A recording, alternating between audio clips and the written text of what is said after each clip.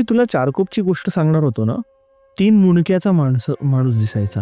जोर जोरात रडणारी चेटकीण, तिचा आवाज यायचा.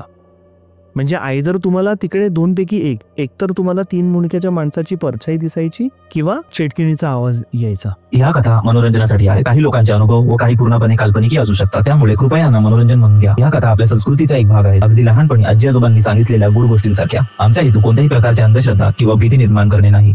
तर झालं कसं की खूप लोकांना म्हणजे रिक्षावाल्यांनी रिपोर्ट केलं, जे काही पावली पावली यायचे. तेव्हा कशी बसची फ्रिक्वेन्सी एवढी नसायची, तर ते स्टेशनवरनं सरळ सरळ चालत यायचे आणि तो ऑलमोस्ट जंगलासारखा रस्ता होता. तो खूप लोकांनी म्हणजे ते दृश्य बघितलेलं आहे की 3 मुंडकी दिसली आहेत. असा थडसाकड एकदम माणूस आहे, उंच दिप्पाट, आणि 3 मुंडक्या दिसलेल्या आहेत. खूप अफवा पसरली. मग खूप लोकांबरोबर काय काय म्हणजे दरोडे पण झाले, लूटमार झाली, हमले झाले त्यांच्यावरती. मग पोलिसांनी त्याचा आढावा घ्यायचा हे केला की नाही, आपल्याला काहीतरी करायला लागणार. तर त्या लोकांनी नाईट पेट्रोलिंग वगैरे चालू केली. सो 3 मुंडक्याची ही जी अफवा होती ना, ही बेसिकली तिकडे जे चोर लोक होते ना, त्या लोकांनी पसरवलेली. सो त्या लोकांनी लेजिट ते आपण कसं रावणाचं हे बनवतो ना, तसं त्या लोकांनी तो गेटअप बनवलेला आणि ते लोकांना भीती घालून इकडे कोण भटकू नये म्हणून. हा, यात आपण बोलतो ना भाई, आत्ता मी रिसेंटली काही केस स्टडीज, आपण आता एक नवीन सिरीज चालू केली जिकडे आपण प्रॉपर पुनर्जन्म किंवा मृत्यूनंतरचे 13 दिवस किंवा अशाच कॉन्सेप्टवर अभ्यास करतोय. ती आता त्यात आपण एक असं पण कॉन्सेप्ट मी वाचत होतो की ब्लॅक मॅजिक, काळा जादू, चेटूक जे बोलतो, तेही करून लोकांनी खूप लोकांना फसवलं. हे जे तांत्रिक बिंत्रिक ब्लॅक मॅजिक करून लोकांनी एक पूर्ण परिवार गेलंय, लोकांनी कोणाला दुसऱ्याला मारलंय आणि चोरी लूट लबाड्या सगळं केलंय भाई त्याच्या नावावर. पण आता मी तुला क्लोजर तर दिला 3 मुंडक्याच्या माणसाचा, पण ती रडणारी चिटकींचं काय? तर लिटरली तुला सांगतो, जेव्हा ह्या गोष्टीचा छडा लावत होते ना, तेव्हा त्यांना सुद्धा लेजिट रडण्याचा आवाज आला. तिकडच्या पोलीस इन्स्पेक्टर कॉन्स्टेबलना पण आवाज आला आणि त्या लोकांनी ऑन रेकॉर्ड सांगितलेलं की नाही, 3 मुंडक्याच्या माणसाचं तर हे चोरटे लोक होते, पण हे इकडे आम्ही पण रडण्याचा आवाज ऐकलाय.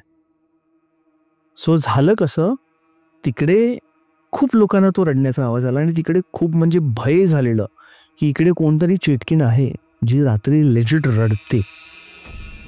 पण जेव्हा खूप महिने झाले या गोष्टीला, कारण का तो रडण्याचा आवाज आहे ना एका स्पेसिफिक डिरेक्शनमधनंच यायचा. मग तिकडे खूप झाडा झुडपं आहेत. ते एक दिवस काय झालं की काही लोक आहेत ना, दिवसा गेले तिकडे आणि त्यांनी काय बघितलं असणार, काय होतं तिकडे घुबड होता ज्यांनी स्वतःचं घरटं बनवलेलं आणि रात्री तोच घुबड मिमिक करायचा त्या आवाजांना. म्हणजे तो घुबड रडण्याचा आवाज काढत होता. बापरे.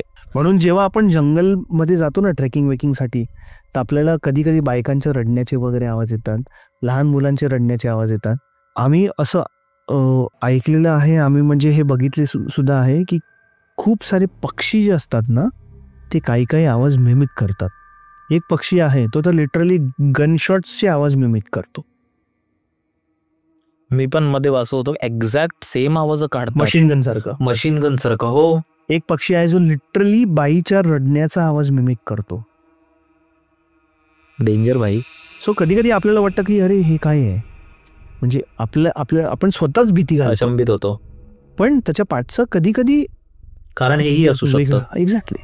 म्हणजे भाई हे तर असं झालं, आपण तो तारक मेहताचा एक फेमस एपिसोड पाहिला होता ना, माझी फेवरेट सिरीज आहे भाई. त्याच्यात ती भूतनी येते आणि ते घाबरतात सगळे. घोडबंदर का रस्ता पता है आपको?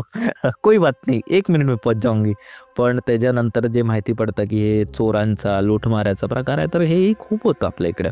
आणि म्हणूनच आपण बोलतो ना की ह्या गोष्टींना आपल्याला कधी कधी त्या वेगळ्या दृष्टिकोनानेही पाहिलं पाहिजे की जर आपल्यावर काहीतरी चुकीचं घडतंय किंवा असं ते खरंच तेच आहे का किंवा नाहीये.